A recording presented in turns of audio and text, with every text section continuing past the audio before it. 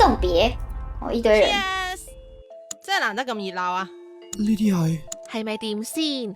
我搞嘅呢場大食會，吓咁熱鬧嘅場面喺昌榮樓呢度啊，從來都冇見過噶。他該不會如果之後要出魔鬼大廈3，就只剩下范宇，然後李晨直接畢業？我在想，唔好話昌榮啦，所以第二代比較像是跟第3代想要換主角去做交接嗎？我在想，我亂猜，不知道。上面我指外邊啊。係呢，關小姐，你點解可以咁短時間之內就搞到咁大陣仗嘅宴會嘅？呢個唔好問啦。總之就當係慶祝你死過翻生，同埋就嚟完成任務啦。李晨看着居民們開心熱鬧模樣，一時間也感觸良多。睇啲舊電影嘅時候呢，但係我從細呢，就一個人喺間屋村裏邊周圍走，發覺呢種人情味一早已經冇咗咯。咁捉咩啊？雖然呢度發生過好多唔開心嘅事，但你捱過晒啦，嚟啦，開心啲。多謝你啊，關小姐。啊，終於會講關小姐。大叔，關我撚事咩？又唔係我策劃嘅。我喺昌榮咁耐以嚟，經歷咗咁多嘢，咪有你一直喺度幫我咯。喂，早排你先屌緊我話我俾你見鬼喎，又話我冷血啊乜柒乜柒。咁係我唔識啫，而家我明噶啦，我明點解你要俾我見到鬼。睇到鬼之後，我明白好多嘢，有一啲我以前從來冇諗過，但係因為啲鬼嘅關係呢，我而家諗得好透徹啦。人嘅生命呢，好可貴嘅，如果唔好好珍惜，死咗之後就會變冤魂，有冤無路訴，只能夠一日復一日，記住以前嘅前塵往事。我明做人唔可以俾自己留有遺憾，我都明如果唔好好地過活，會對唔住啲屋企人，亦都對唔住我自己。呢啲所有嘢呢，都係因為你俾我見到鬼之後，我先感受到嘅。所以大叔，我要多謝你。都黐撚線嘅你，黐撚線嘅你。明白就好啦吓。李導演一想到李晨的遭遇，以及他在昌榮樓所經歷過的事，一時間也難掩情緒。大叔，你做咩啊？你唔係喊啊嘛？唔好喊啦！喂，你已經好醜樣噶啦，係咪想謀殺啊？你收嗲啦！李成，啊，范宇，你終於蒲頭啦！我一直揾緊你啊！冇，聽講係你救咗我，所以想多謝你。多咩謝啊？你都救過我噶嘛，當無數啦。唉，如果唔係因為我太廢，笨手笨腳咁樣俾佢發現咗，就唔使搞到自己咁危險啦。唔好再咁自責啦，你已經做得好好，你咪成功揾到佢嘅殺人罪證咯。只不過人算不如天算，結果好難預計到嘅。賴美惠佢係點死噶？我救你嗰陣整壞埋佢個法器，所以佢就俾鬼婆同埋佢老公殺咗。吓！唉，冇諗到最後結果會係咁。冇唉聲嘆氣啦，惡人自有惡報。呢啲咁嘅殺人犯，只係承受佢應該有嘅報應啫。可能啦，但我始終覺得，就算幾差嘅人都好，都唔應該用咁嘅方式死咯。佢死咗之後，可能又會變成一隻惡鬼，冤冤相報。你都諗得幾多噶喎？不過你份人就係咁，成日淨係諗人哋。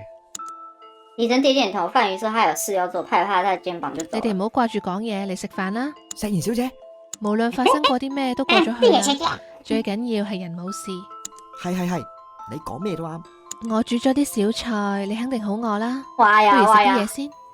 不過我唔保證好食噶。石妍小姐煮嘅嘢點可能唔好食啊？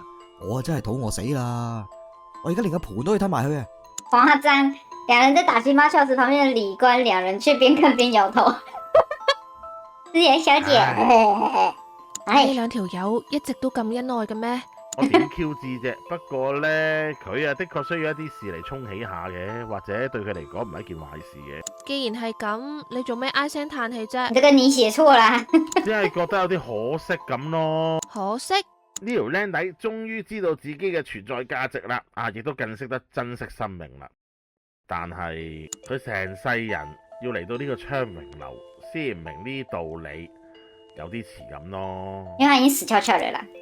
關笑蘭看着李晨和石岩互相逗笑的模樣，也是不禁無奈地嘆了口氣。已經好好啦，好多人甚至死咗都唔知成世人有咩人你已生經死了。Oh my 而 god！家佢有咗第二次機會，難希望下世可以早啲諗通，好好愛自己啦。你哋真係當呢度係嘉年華，陳伯，係你做個好嘢啦。喂，係我又點啊？我話咗邊條規矩先家陣？我大哥，你知道呢個咩地方嚟噶嘛？你咪病咗唔記得食藥啊？你覺得而家仲有時間搞埋啲無謂嘢？陳伯，呢個同肥佬冇關，係我搞嘅。關下南上邊啊，叫你嚟好好睇實鞭子啊，好像比較傳唔係叫你同統派的人喺度。玩煮飯仔啊！喂，陳伯，你唔好咁講喎，成個昌榮樓唔通唔係玩緊煮飯仔咩？唔係嘅話，你着住呢件實 Q 衫喺度做咩啊？啊，你真係冇大冇細喎！你啲後生唔識嘢，我唔怪你啊。但係你唔好當我講嘢耳邊風啊！陳伯，我哋知道你想噏乜鳩，你係會擔心呢度啲囚犯會搞啲咩事出嚟啊嘛？你知就好啦。但係呢度呢，畢竟都係阿李成呢條僆仔嘅地，啊唔係贖罪嘅地方嚟噶。而家佢喺唔俾人睇好嘅情況下，終於完成晒所有嘅任務啦。咁係咪應該好好幫佢慶祝下先，當歡送佢都好啩？完成任務，佢收晒啲同意書翻嚟啦咩？收撚晒啦，最難搞嗰件賴美惠都賴咗嘢咯，呢條數清晒啦。可是他那個食鹽還沒給吧？分花啦，佢隔籬嗰個唔係債嚟嘅咩？誒，讓李晨成為電腦女生。對啊，食鹽呢還沒給。石妍，後生仔始終都係後生仔，你真係以為賴美惠嗰件事最難搞？今次呢壇嘢就算啦，我唔追究你哋啦。你哋一陣間同我執乾淨晒啲地方，然後翻自己嘅位，做翻你哋應該要做嘅嘢。陳博深深地看了李晨一眼，悶哼一聲之後便轉身離開。我哋係咪走漏眼啊？呢個先係李成最大嘅劫數，情關難過。好似好耐未試過咁開心啦。係啊，我都係第一次咁放鬆咋，睇住頭頂燈籠同大家咁開心嘅樣。自從你嚟咗昌榮之後，經歷咗咁多嘢，你冇後悔過咩？做乜突然間問呢個嘅？好奇咯。講到尾，對於一個保安嚟講，你喺度經歷過嘅嘢，可能比其他人嘅一生仲要精彩。咁又係，後唔後悔？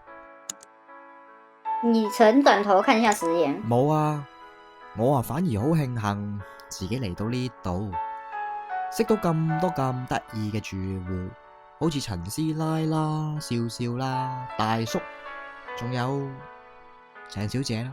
點解冇我嘅？梗係包括石妍小姐你啦。包括好似買餸搭棵蔥咁啊？你當我贈品啊？唔係，石妍小姐你係最重要，如果係菜裏邊你你係最是正菜正嗰條。